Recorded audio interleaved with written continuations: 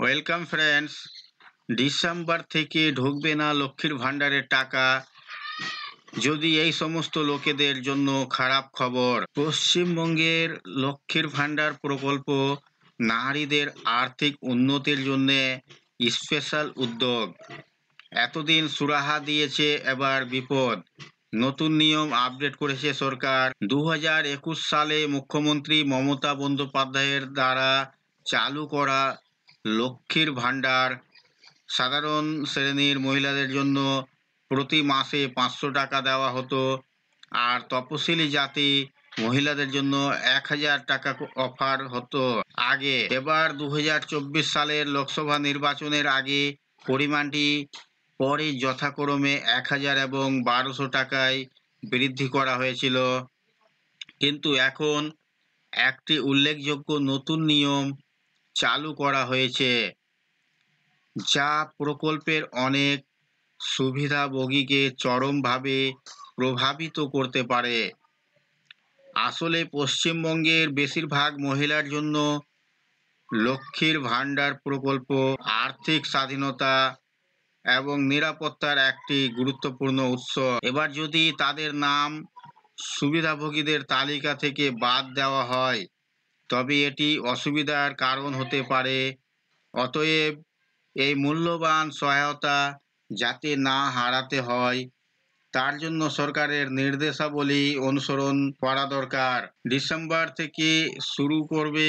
পশ্চিমবঙ্গ সরকার ঘোষণা করেছে যে লক্ষ্মীর ভাণ্ডার প্রকল্পের অধীনে সুবিধা প্রাপ্ত সমস্ত মহিলাকে অবশ্যই তাদের ব্যাংক অ্যাকাউন্টের সাথে আধার লিঙ্ক করতে হবে। তারা তা করতে ব্যর্থ হলে তাদের মাসিক অর্থ প্রদান বন্ধ হয়ে যেতে পারে।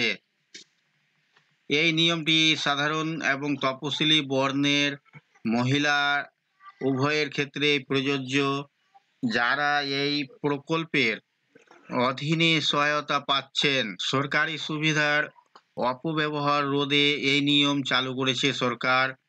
লক্ষ্মীর ভাণ্ডার এবং কৃষক বন্ধু প্রকল্পের মতো স্কিমগুলি থেকে বেআইনিভাবে সুবিধা দাবি করার জন্য ব্যক্তিরা একাধিক ব্যাংক অ্যাকাউন্টে খোলেন।